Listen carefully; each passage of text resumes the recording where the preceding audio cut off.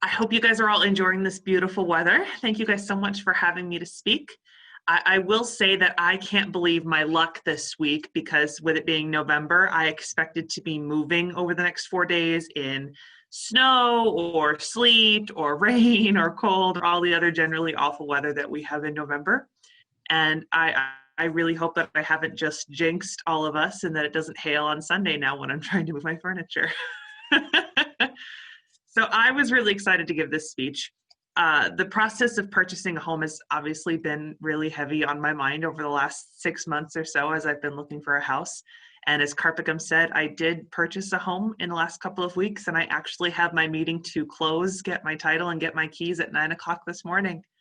So I thought it would be a really fun opportunity, since my speech project is to connect with my audience, to talk with you guys about that experience and connect with you guys both as kind of a first-time home buyer who's never had a home before, and also to connect with people who have been homeowners for many, many years.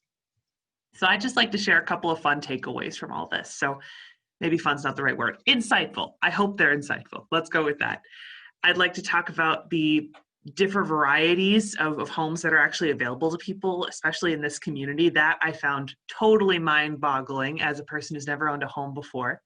I do want to talk about the competitive nature of real estate in this town, because that has made this whole process really intense, really exciting. And then I do also want to talk about cost of living, because we talk about cost of living all the time in this community, and I don't think any of us really perceive how intense that actually is and how difficult that can make it for people to live here. So getting started, talking about the variety of all the different kinds of homes that are available to people in Rochester. I totally went into this process really not having done all of my research. I went to Zillow and I contacted a good friend of mine who's a realtor, and I just jumped right in and started visiting houses. And I thought to myself, I have a typical home, in the traditional sense that I could purchase. I could buy a townhome or I could buy a condo. And I kind of thought that those were my options. And it didn't occur to me until I started actually visiting all these different places in Rochester that there's so much more diversity in kinds of homes available and in amenities that are available within those homes. You have duplexes, triplexes, quadruplexes, traditional homes that also have an HOA. You have multifamily homes, you have mobile homes, you have townhomes that don't have a homeowners association, and the list goes on and on and on and on.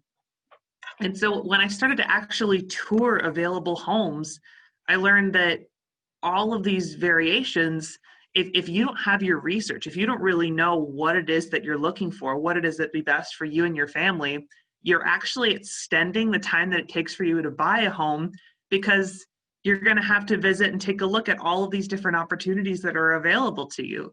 And the thing that I think would have made my home buying process a lot faster and a lot simpler is if I had really taken the time to think, this is the kind of home that I'm looking for, rather than just going by what was available to me on Zillow and what was actually on the market at a given time.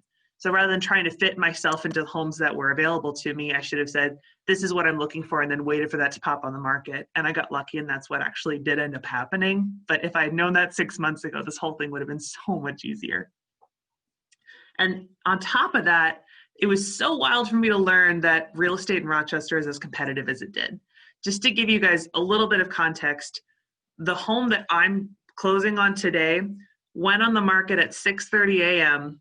and my offer was accepted on that same home at 10:15 that same night, which means that my home was only on the market for 16 hours. It's mind-boggling. That means that if you want to not only tour a home in person and have enough time to make an offer on that home before a seller starts to actually look at offers, theoretically by the time that they get home in the afternoon, you have to have notifications set up on your phone from every housing entity on the internet. You have to have your realtor on speed dial. You have to have an offer drafted and ready to go so that you can very quickly pop in numbers and sign the document before you send it off. I mean, it's a very intense process, and it can be really nerve-wracking for a first-time home buyer, because it essentially means that in 8 hours, you have to make a decision, a very big decision about whether or not that home is right for you. And for me, I talk really fast and I seem like a really excitable person, but I've never made big decisions quickly or easily ever. And so the idea of making an offer on a home after having done a 30-minute walkthrough of the space was mind-boggling to me. And it's turned out to be a really good choice, but who would have thunk? I never in a million years would have thought that I could make a decision that quickly. The third thing I did want to talk about, and I don't want this to be a downer for everybody, but I just thought this was too much of an opportunity to talk about something that has really been incredibly mind-blowing for me, and that's this idea of cost of living.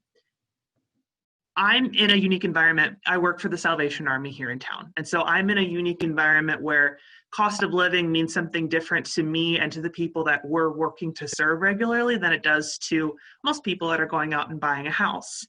But the process of actually going out and buying a house myself has really given me, it's made me so much more compassionate and feel so much more deeply for the people that we work with that are trying to afford the cost of living in this town. So just to give you guys context, my mortgage, which includes my property taxes and my home insurance, my HOA and my utilities all combined are going to end up being less than just my monthly rent payment. And my monthly rent is easily $200 less for the square footage that I have than most apartment complexes are now requiring of first-time renters in this town.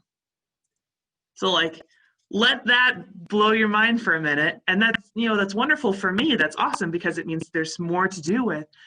But for a person who's looking to buy a home for the first time, or for a person that's renting in Rochester that's trying to save up for a home payment, that shows you how much more that they're working with, how much more that they have to pay in order to live in this town than people that are already homeowners.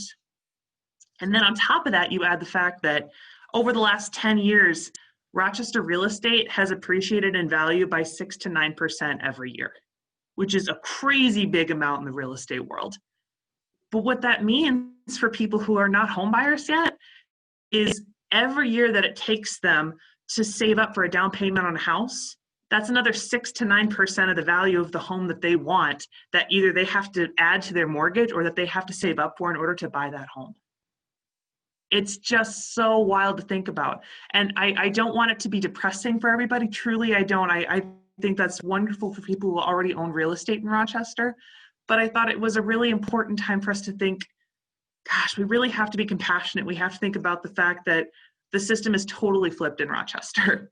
People who are renting should have a lower cost of living than people who own houses. And it's definitely not that way at all. So next time you hear about cost of living, just keep those things in mind and think about those people that are really in that tough situation where they don't have those options yet. So again, I didn't want to end on a totally negative. I wanted to share with everybody some insights from this whole process. It's been a really exciting and really intense experience for me. It's like butterflies in my stomach right now because it's all coming to this great big head today and I finally get to move. But if you are already a home buyer, I hope that some of this has been stuff that you've experienced and we can all kind of connect to that. And if you don't own a home yet, I know there's several people on this call that are not homeowners. I hope I've been able to connect with you because this is something that you'll probably go through at some time in your life. And I hope that it's as fun and exciting for you as it has been for me. So thank you all very much for your time.